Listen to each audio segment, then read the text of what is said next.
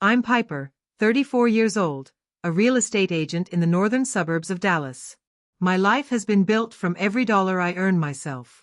Those early mornings when I got up at 5 a.m. to meet clients before the sun rose, and the late nights returning home long after the streets had gone quiet. While I fought to hold my ground in a fiercely competitive market, my younger brother, Brandon, 32, lived in an entirely different world. One where every problem was rescued by our parents before it could turn into a real consequence. From a young age, I understood that if I wanted something, I had to find a way to get it myself. At 12, I saved every dollar from mowing neighbors' lawns to buy the sneakers I wanted. Meanwhile, all Brandon had to do was frown in a store, and minutes later, our mom would pull out her wallet. My parents always said Brandon was sensitive and needed more support, as if weakness were a reason to be prioritized. In high school, I asked to work part-time at a bakery to save for a laptop for my senior year. Every evening, I came home smelling of flour and sugar, but the pride of earning it myself made it worth it. Brandon was different. When he said he wanted the latest phone, my dad bought it immediately so he could stay in touch. No one asked him to do anything in return. The difference carried into college. I chose a public university in Austin, juggling classes and a job in the administrative office while also carrying student loans because my parents said I was capable of handling it. 2 years later, Brandon enrolled in an expensive private university in California. All his expenses, tuition, dorm, car, were fully covered by our parents. Yet, Brandon dropped out halfway through, claiming he hadn't found his passion. While I worked my way up from the lowest positions at a real estate firm, saving every bit of commission to pay off debt and build my client base, Brandon bounced from job to job. He tried bartending, but got fired for giving free drinks to friends. He worked at a cell phone store until inventory shortages got him dismissed. He even enrolled in an online marketing course, but quit after a week because it was too boring. My parents never let Brandon feel real pressure. When he was short on rent, they paid it immediately. When his old truck broke down, they bought him a brand new pickup, saying it was so their son had reliable transportation to work. They paid off his credit card debt twice, following it with lectures on responsibility, always ending the same way, by pulling out their wallets. Some nights I sat at my desk sorting through stacks of files, typing while my mom called to tell me about Brandon's latest hardship. Always ended with, family has to help each other in hard times. I would just give a dry laugh and change the subject. Over the years, I learned to swallow the sense of unfairness, but it smoldered like a live coal. By the time I was 33, I had paid off my student loans and saved enough to start looking for my first home. Meanwhile, Brandon had just lost his sales assistant job because the environment wasn't a good fit and was living with a new girlfriend. The gap between us had never been clearer. I had broken free from my family's financial limits while he remained stuck in the same cycle of dependence and shelter. I don't hate Brandon. I'm just tired of realizing that my parents have never held the two of us to the same standard. I've had to push myself to prove my worth while he simply shows up to receive everything. In the years after Brandon dropped out of college, our lives veered in completely opposite directions.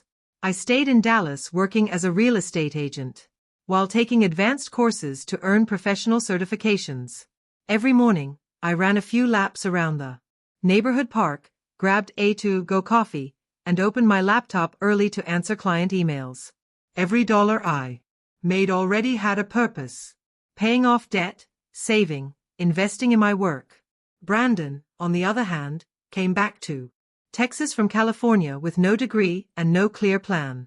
He tried working at a sporting goods distributor, but quit after 3 months because he couldn't stand the manager. Then came a string of temp jobs from delivery driver to event assistant, but each ended quickly with the same excuse: it wasn't the right fit. What I noticed was that he never truly put in effort to find the next job. Every time he lost work, Brandon went straight back into our parents' arms. My dad pulled from his retirement savings to cover the rent on a luxury apartment Brandon insisted on keeping. because he didn't want to live in a dump. My mom sent him a few hundred a month so he could eat properly. When the pickup truck our parents bought him needed a new transmission, they not only paid for the repairs, but also handed him extra cash so he wouldn't worry. I knew those weren't small amounts because every time they helped Brandon, they get the money? He smirked. Mom and Dad loaned it to me. Just a few hundred. I'll pay it back over time. I looked at my parents, but they avoided my gaze, as if they knew exactly what I was thinking. Driving home that night, I felt a mix of sadness and exhaustion. I'd worked for years to stand on my own 2 feet, but in my parents' eyes, that only meant I was secure enough to carry more weight for someone else. And Brandon was still drifting through life without a thought for tomorrow. After 8 years of saving every commission check, cutting down on vacations, and skipping fancy dinners, I finally had enough to buy the home I'd always dreamed of. It was a single-story ranch-style house, 3 bedrooms in a quiet neighborhood in North Dallas where mature trees formed a lush green canopy every summer. The house wasn't huge, but the way the morning light streamed through the living room windows made every sacrifice worth it. On closing day, I left the office with the keys in my hand, my heart fluttering like a kid unwrapping a Christmas gift. My mom hugged me tight. My dad nodded and said, "You've done well, sweetheart." They came to the housewarming party I hosted that weekend, bringing a purple orchid that I knew my mom had chosen with care. Afternoon, neighbors stopped by to congratulate me.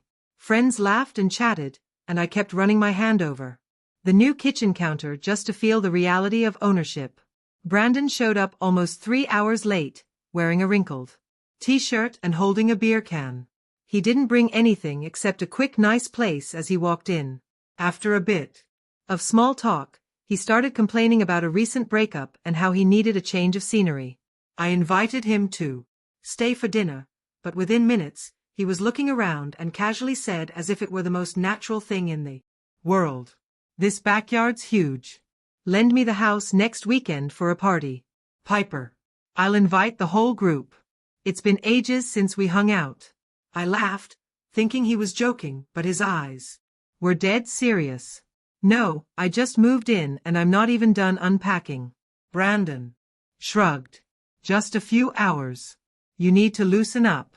Living alone's depressing." Didn't respond, just refilled my water glass. But a cold unease crept in. Knew Brandon.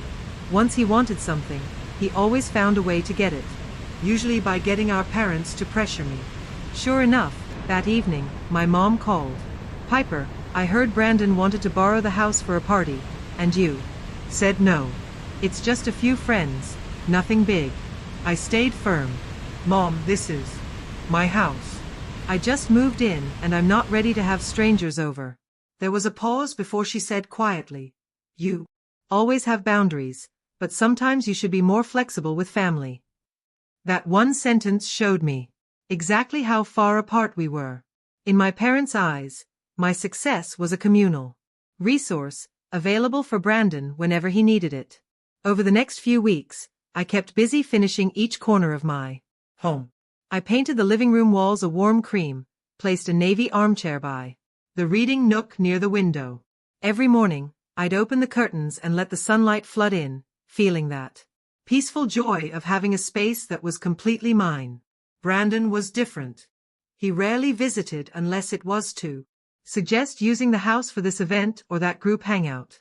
One Saturday afternoon, while I was mopping the floor, Brandon texted, "We'll be over early tonight.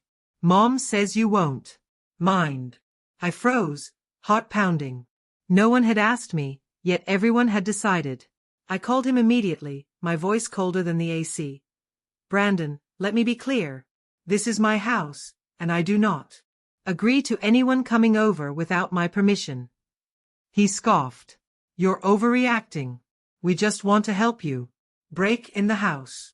I hung up, locked the doors, and drew the curtains. No one showed up that night, but I knew this wasn't over. Deep down, I understood something clearly. I'd entered a new stage of life, one where I was fully responsible for my own property and happiness. But to Brandon and my parents, I was still this single daughter whose assets were a convenient fix for someone else's problems. Realized keeping this house wasn't just about paying the mortgage.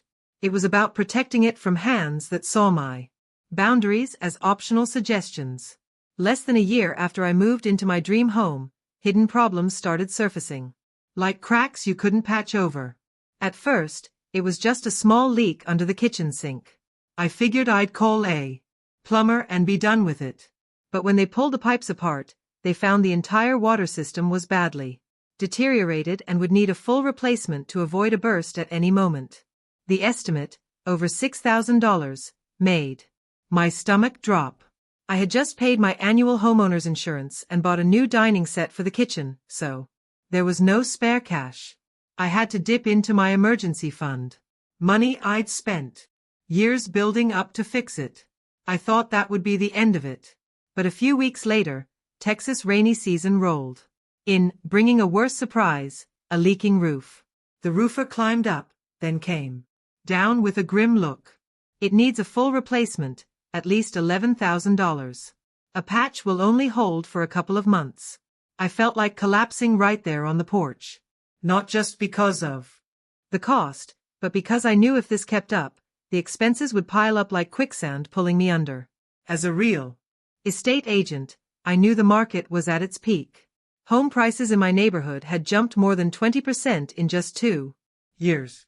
But selling the house I had dreamed of for so long, the thought was gutting. This was the place I'd painted, wall by wall, planted flowers in, and chosen every piece of furniture for.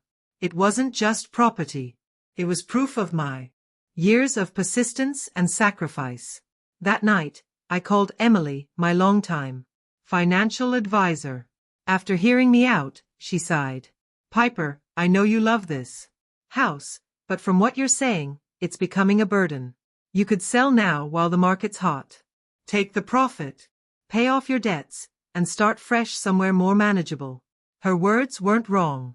I'd given that same advice to clients in similar situations, but applying it to myself was much harder. The next morning, driving to work, I noticed sold signs sprouting up everywhere. Houses were going in days, some for over the asking price. On my way home, I stopped by the office of a trusted colleague, Mark, to ask about a quick sale. He looked over my listing photos and paperwork, then grinned. With your location and condition, you could list 15% higher than you bought it for and still get multiple offers. You could sell within a week. That felt like the final push. I went home, stood in my living room, and watched the last light of the day stretch across the hardwood floors. I knew I had to choose. Cling to this dream until it drained me dry or let it go to protect my future.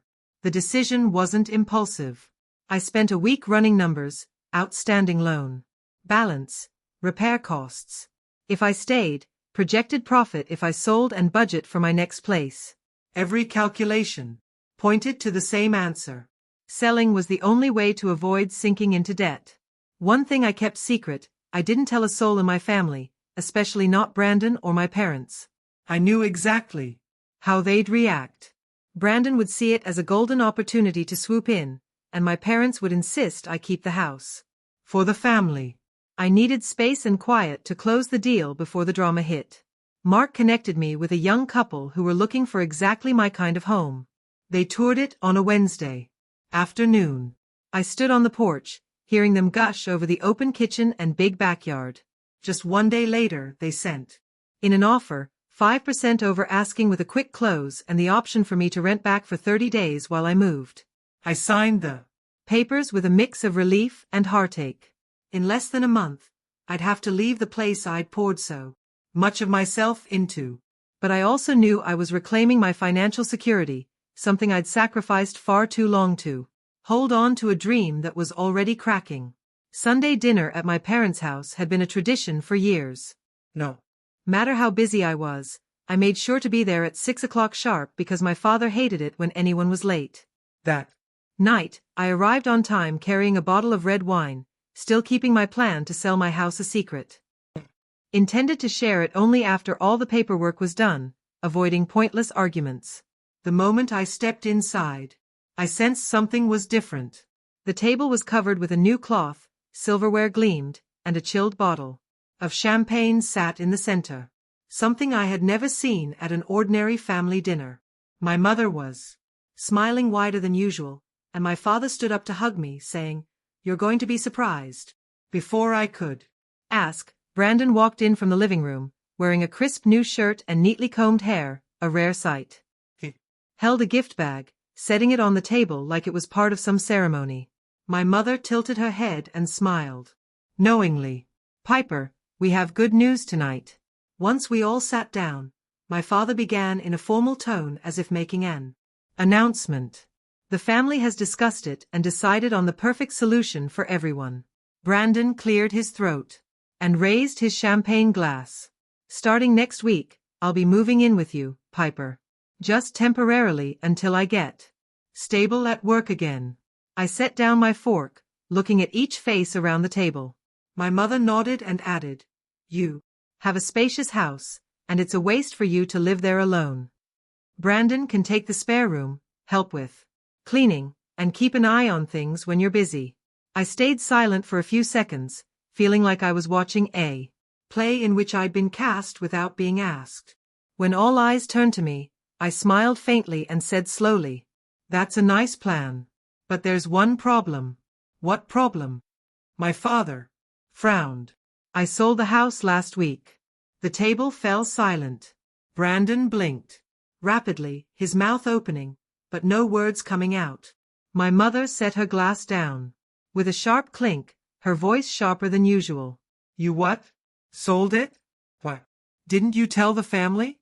I pulled an envelope from my bag containing the signed contract and placed it on the table. "Here are the papers. The buyers take ownership in 3 weeks. I'll be renting a smaller place that suits my budget." Brandon snatched the papers, flipping through them like he was searching for a loophole. "You did this just to cut me off, didn't you?" "No, Brandon. I sold it because the repair and maintenance costs were too high. I'm not going to drown in debt." My father interjected heavily. "Piper, this is a big decision. Why didn't you consult the family?" I let out a short laugh like the way you all planned for Brandon to move in with me without ever asking me. The air at the table turned thick. Brandon shoved the papers back toward me and stood abruptly.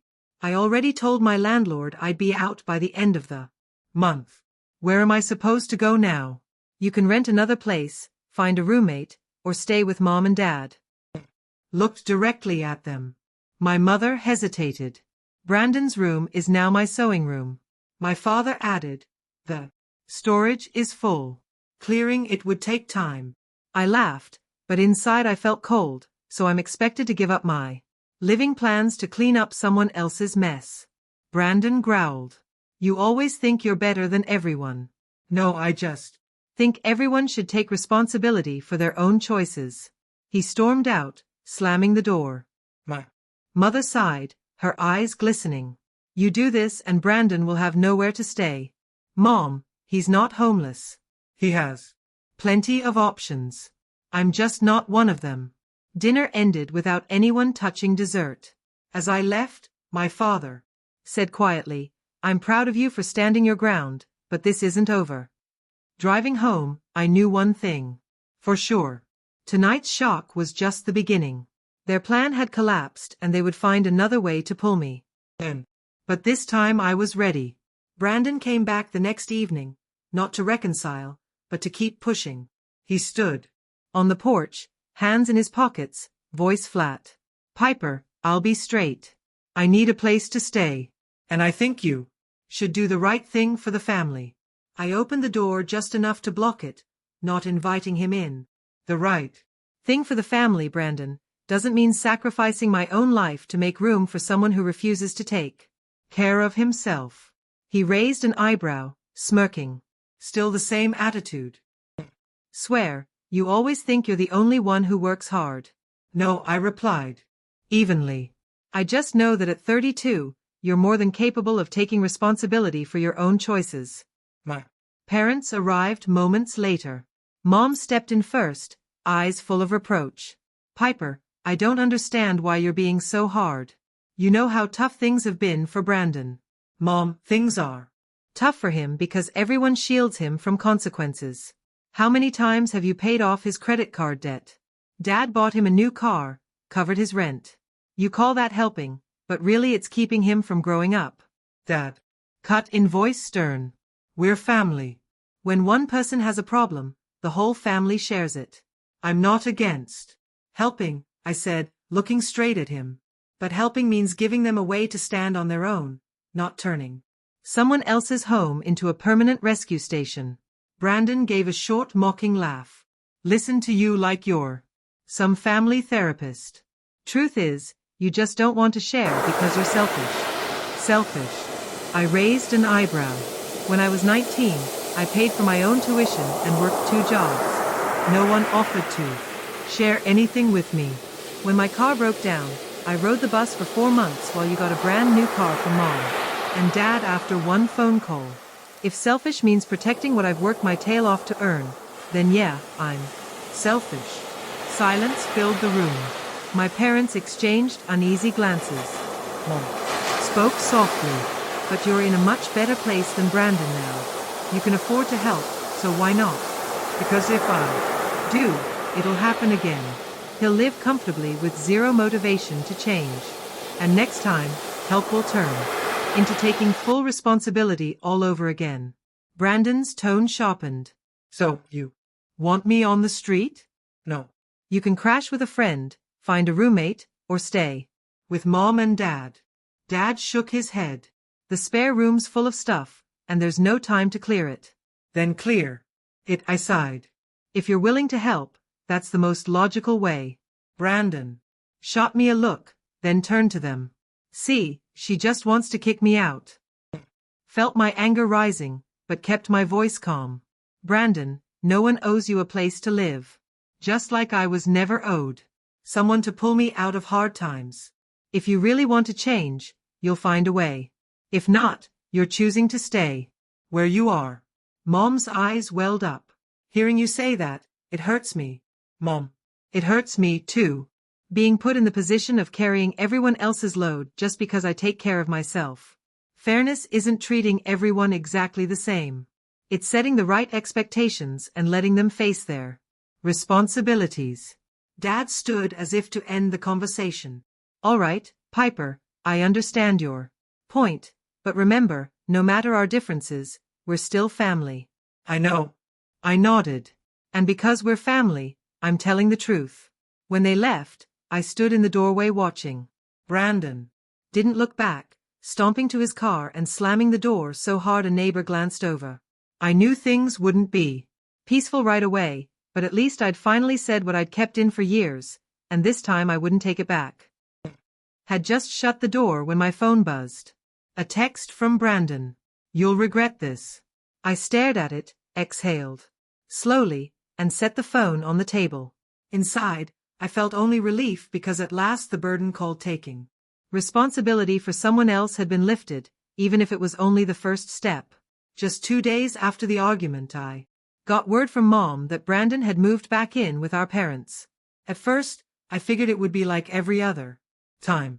He'd sleep in until noon, go out late, and Mom and Dad would cover every expense. But it turned out things weren't going the way I imagined. Mom told me that the very night Brandon brought his stuff home, Dad placed a house agreement right on the dinner table. It spelled out clearly. Brandon had to pay $400 a month toward household expenses, buy his own personal items, handle lawn mowing and trash duty every week. Curfew was set at 11 p.m. unless he had a valid reason. At first, I thought my parents were just bluffing, but Mom assured me they were serious. Dad kept the garage keys so Brandon couldn't just use the family car whenever he pleased. Mom even locked the snack cabinet after 10 p.m. because he used to wipe out all the treats in one night. I couldn't help but laugh and strangely feel hopeful. The first week, Brandon reacted exactly as I expected. He complained that $400 is too much for an old room and that curfew feels like living in a dorm. But Dad was firm. If you want cheaper, rent somewhere else. Here there are rules. Surprisingly, Mom didn't rush to defend him like before. She simply said, Brandon, your father and I have been too lenient in the past. If you want to live here, you have to contribute. I stayed out of it, only hearing updates during brief phone calls. At first, Brandon skipped mowing the lawn and had the cost deducted from what he'd already paid, forcing him to make it up. One night, he came home Late. Dad locked the door and he had to sleep on the living room couch to remember the lesson. Gradually, Brandon started adjusting to the new routine. He took a part-time job at a nearby auto repair shop. Not glamorous, but enough to cover his rent to my parents and some personal expenses. Mom said it was the first time in years she'd seen him do his own laundry instead of dumping it in the machine and leaving her to fold it. 3 weeks later, I got an unexpected call From Dad. Piper, guess what? Brandon just had an interview at a big delivery company for a warehouse position. Not His dream job, but it's steady and comes with insurance. That's great, I replied. Honestly surprised. I hope he sticks with it this time. Dad chuckled. I hope so too. Your mom and I have been setting aside his rent money so that if he's serious, we can help with a deposit on his own place, but we haven't told him yet. That news left me both relieved and a little amazed. It was the first time my parents were supporting Brandon while still holding him accountable. No more rushing to bail him out. Immediately. 2 months later, Brandon called me. His tone was calmer without the usual blame or sarcasm. Piper, I just got hired full-time at the company. It's not a high position, but I feel like I'm starting to do something for myself. Congratulations, I told him sincerely. That's an important step. He hesitated for a moment before adding, I know I've made things hard for you. I'm not promising to change overnight, but I get why you wouldn't let me move in. If you had, I'd probably still be the same. I stayed silent for a moment, feeling the honesty in his words. Maybe it wasn't a dramatic turning point, but it was movement I once thought would never happen. One evening, Mom sent me a picture of Brandon painting my parents' fence. She wrote, "My son's finally learning some manual work." I laughed, remembering how he used to find any excuse to avoid the word labor. I know. The process won't be perfect. Brandon will still have lazy or impulsive moments, but at least now he's gotten a taste of responsibility, something my parents shielded him from for years. And more importantly, this time they're learning to set boundaries instead of rushing to fix everything for him. I didn't say it out loud, but deep down I felt lighter. For the first time, I wasn't the only one in the family standing by the principle that everyone is responsible for their own choices. And maybe, just maybe, this could be the start of lasting change. Not just for Brandon, but for my parents, too. 3 months after moving out of my old house, I signed the papers for a 2-story townhouse in northwest Dallas. It was much smaller than my previous 3-bedroom home, but perfect for me. 2 bedrooms, a garage, and a small patio just big enough for a cafe table and a few pots of herbs. No leaky roof or rotting pipes to worry about. Everything was new and under warranty. The profit from selling my last house covered a big chunk of this one, making my mortgage lighter than ever. For the first time in years, I could open my monthly budget without feeling a knot in my chest. I even built an emergency fund that could carry me for at least 6 months if anything unexpected happened. The sense of financial security was such a relief. I hadn't realized how tense I'd been all those years.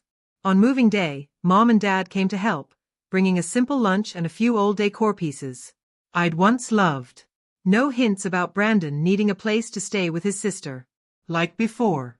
Just focus on setting up furniture, hanging curtains, and cleaning every corner. Mom even said, "You picked this place well.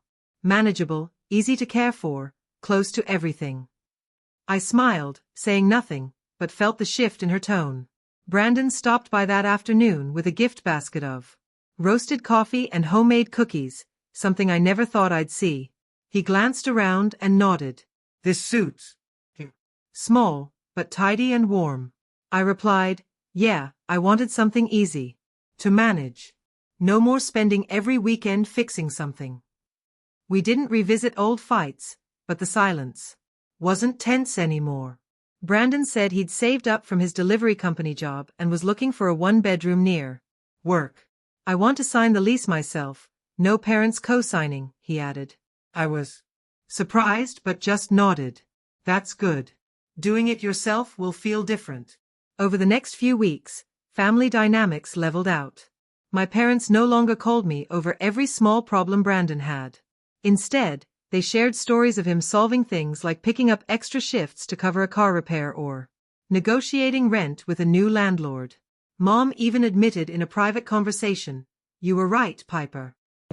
Thought protecting him was love, but really, I was keeping him stuck. I said simply, "What matters is we're all doing better now." I spent more time with friends and hobbies I'd put aside. On weeknights, I took Italian cooking classes. On weekends, I biked around the nearby lake. With financial freedom, I no longer felt I had to side hustle just to patch giant expenses. I even started thinking about short trips, something I'd always pushed aside because there's too much housework left. One Friday night, Brandon called, his voice bright. "I just signed the lease on my new apartment. Moving in next month." "Congrats," I said, genuinely happy. "You've done something I thought would take a long time." Brandon chuckled. "If you'd let me move in with you that day, I'd still be stuck. I hated you for it then, but thanks." That short call made me realize that holding boundaries doesn't just protect you. It can be the push someone else needs to change. Brandon's small housewarming, I brought a cactus and a gift card for home goods. He laughed. "Thanks. I won't sell it. Don't worry."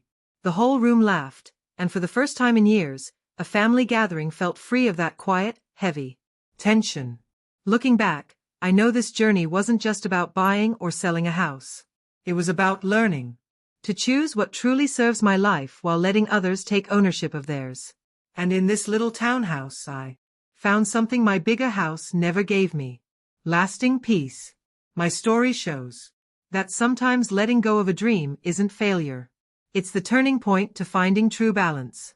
Selling the big house not only freed me from financial strain, but also created the space my family needed to learn respect for boundaries and personal responsibility. Brandon grew more independent. My parents changed the way they supported him, and I found peace in a townhouse that fits just right. In real life, the hardest decisions can open the most solid path for the future. What do you think about my choice and how my family changed after everything? Share your thoughts in the comments, and don't forget to follow the channel for more heartfelt, meaningful stories about life.